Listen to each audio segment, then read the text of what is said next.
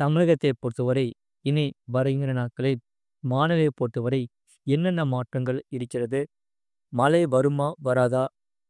இனி வருகிற நாட்களில் எந்தெந்த மாவட்டங்களுக்கு கனமழையானது பதிவாக வாய்ப்புள்ளது? அதை பற்றி தான் பார்க்க போகிறோம். நீங்கள் நம்ம சேனலை சப்ஸ்கிரைப் பண்ணாமல் இருந்தீங்கன்னா மறக்காமல் லைக் பண்ணிக்கோங்க, சப்ஸ்கிரைப் பண்ணிக்கோங்க, மற்றவர்களுக்கு தெரியப்படுத்தவும் ஷேர் பண்ணுங்க. தமிழகத்தில் ஓரிரு இடங்களில் மழை பெய்து வருகிறது. புதுவையில் மிக லேசான மழை பதிவாகியுள்ளது. அடுத்த 7 தினங்களுக்கான வானிலை முன்னறிவிப்பு மற்றும் எச்சரிக்கை. மத்திய மேற்கு மற்றும் அதனை ஒட்டி உள்ள வடமேற்கு வங்கக்கடல் பகுதிகளில், வடக்கு ஆந்திரா மற்றும் தெற்கு ஒரிசா கடலோர பகுதிகளுக்கு அப்பால் ஒரு காற்றழுத்த தாழ்வு பகுதியானது உருவாகியுள்ளது. இது அடுத்த 24 மணி நேரத்தில் மேற்கு வடமேற்கு திசையில் நகர்ந்து ஆழ்ந்த காற்றழுத்த தாழ்வு பகுதியாக வலுவடைந்து வடக்கு ஆந்திரா மற்றும் தெற்கு ஒரிசா பகுதிகளை கடக்கக்கூடும். இதில் தென்னிந்திய பகுதிகளில் மேல் ஒரு வளிமண்டல மேலடுக்கு சுழற்சியும் நிலவுகிறது. இதன் காரணமாக 14ஆம் தேதி தமிழகத்தில் ஓரிரு இடங்களிலும், புதுவை மற்றும் காரைக்கால் பகுதிகளிலும் லேசான மழை முதல் மிதமான மழை பெய்யக்கூடும். இதில் ஓரிரு இடங்களில் பலத்த தரைக்காற்று மணிக்கு 40 முதல் 90 கிலோமீட்டர் வேகத்திலும் வீசக்கூடும். 15ஆம் தேதி முதல் 19ஆம் தேதி வரை தமிழகத்தில் ஓரிரு இடங்களிலும், புதுவை மற்றும் காரைக்கால் பகுதிகளிலும் லேசான மழை முதல் மிதமான மழை பெய்யக்கூடும். இந்த மழையை பொறுத்தவரை அதிகாலை, மாலை மற்றும் இரவு நேரத்தில் இந்த மழையானது பகுதியாக லேசான மழை முதல் மிதமான மழை பதிவாக வாய்ப்புள்ளது. இந்த மாத இறுதியில் கனமழையானது தமிழகத்தில் பதிவாக வாய்ப்புள்ளது. அடுத்ததாக சென்னை மற்றும் புறநகர் பகுதிகளுக்கான வானிலை முன்னறிவிப்பு. சென்னையை பொறுத்தவரை வானம் ஓரளவு மேகமூட்டம் காணப்படும். நகரில் ஒரு சில பகுதிகளில் லேசான மழை முதல் மிதமான மழை பெய்யக்கூடும். அதிகபட்ச வெப்பநிலையை பொறுத்தவரை 30 முதல் 31 டிகிரி செல்சியஸ் ஊட்டியும், குறைந்தபட்ச வெப்பநிலை 27 டிகிரி செல்சியஸ் ஊட்டியும் இருக்கக்கூடும். மீனவர்களுக்கான எச்சரிக்கை. தமிழக கடலோர பகுதிகளில் 14ஆம் தேதி தென் தமிழக கடலோர பகுதிகள், மன்னார் வளைகுடா, இதில் கடலோர பகுதிகளுக்கு அப்பால் உள்ள தென்மேற்கு வங்கக்கடல் பகுதிகள், மன்னார் வளைகுடா மற்றும் குமரிக்கடல் பகுதிகளில் சூறாவளி காற்று மணிக்கு 40 முதல் 50 கிலோமீட்டர் வேகத்திலும், இடையிடையே 60 கிலோமீட்டர் வேகத்திலும் வீசக்கூடும். 15ஆம் தேதி முதல் 16ஆம் தேதி வரை தமிழகத்தில் கடலோர பகுதிகளில், மன்னார் வளைகுடா மற்றும் தமிழக கடலோர பகுதிகள், மன்னார் வளைகுடா மற்றும் குமரிக்கடல் பகுதிகளில் சூறாவளி காற்றானது மணிக்கு 40 முதல் 50 கிலோமீட்டர் வேகத்திலும், இடையிடையே 60 கிலோமீட்டர் வேகத்திலும் வீசுவதற்கான வாய்ப்புகள் உண்டு. வங்கக்கடல் பகுதிகளில் 15ஆம் தேதி வரை தெற்கு மற்றும் மத்திய வங்கக்கடல் பகுதிகள், வடக்கு வங்கக்கடலின் சில பகுதிகள், அந்தமான் கடல் பகுதிகள் மற்றும் வடக்கு ஆந்திரா, தெற்கு ஒரிசா கடலோர பகுதிகளில் சூறாவளி காற்றானது மணிக்கு 40 முதல் 50 கிலோமீட்டர் வேகத்திலும், இடையிடையே 60 கிலோமீட்டர் வேகத்திலும் வீசக்கூடும்.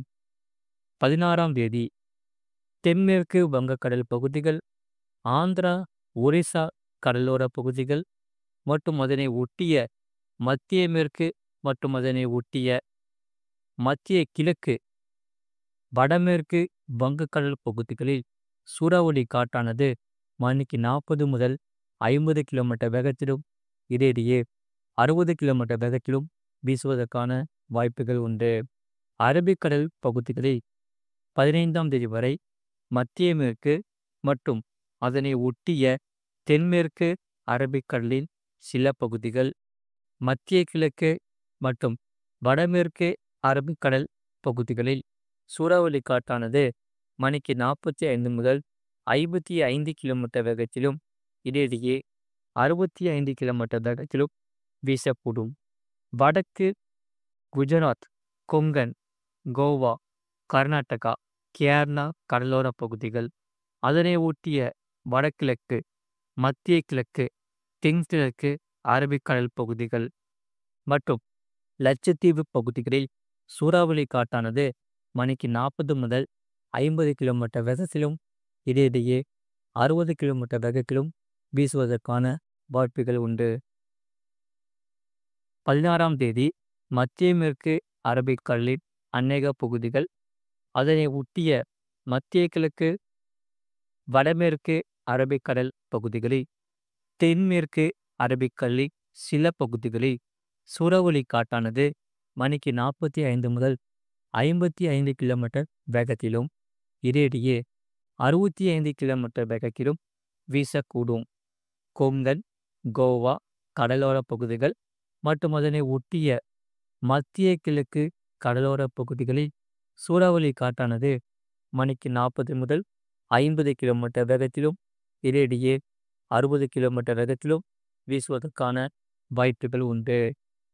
17ஆம் தேதி அன்று மத்திய மேற்கு அரபிக்கடலின் அநேக பகுதிகள், அதனை ஒட்டியுள்ள மத்திய கிழக்கு, வடமேற்கு அரபிக்கடல் பகுதிகள், தென்மேற்கு அரபிக்கடலின் சில பகுதிகளில் சூறாவளி காற்றானது மணிக்கு 45 முதல் 55 கிலோமீட்டர் வேகத்திலும் இடையிடையே 65 கிலோமீட்டர் வேகத்திலும் வீசுவதற்கான வாய்ப்புகள் உண்டு. மேற்குறிப்பிட்ட நாட்களில் மீனவர்கள் இப்பகுதிகளுக்கு செல்ல வேண்டாம் என்று அறிவுறுத்தப்படுகிறார்கள். மறக்காம நீங்கள் லைக் பண்ணிக்கோங்க, சப்ஸ்கிரைப் பண்ணிக்கோங்க.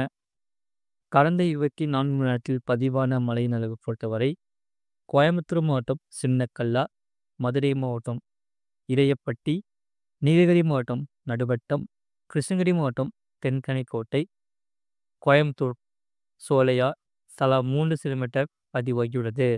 கோயம்புத்தூர் மாவட்டம் உபாசி, கோயம்புத்தூர் சிங்கோனா, வால்பாறை பிடிஓ, ஈரோடு மாவட்டம் செருந்துறை, கிருஷ்ணகிரி மாவட்டம் தென்கனிக்கோட்டை ஏஆர்ஜி, நாமக்கல் மாவட்டம் சேந்தமங்கலம், கோயம்புத்தூர் மாவட்டம் வால்பாறை தாலுகா அலுவலகம், கிருஷ்ணகிரி மாவட்டம் பையூர் தலா 2 சென்டிமீட்டர் பதிவாகியுள்ளது.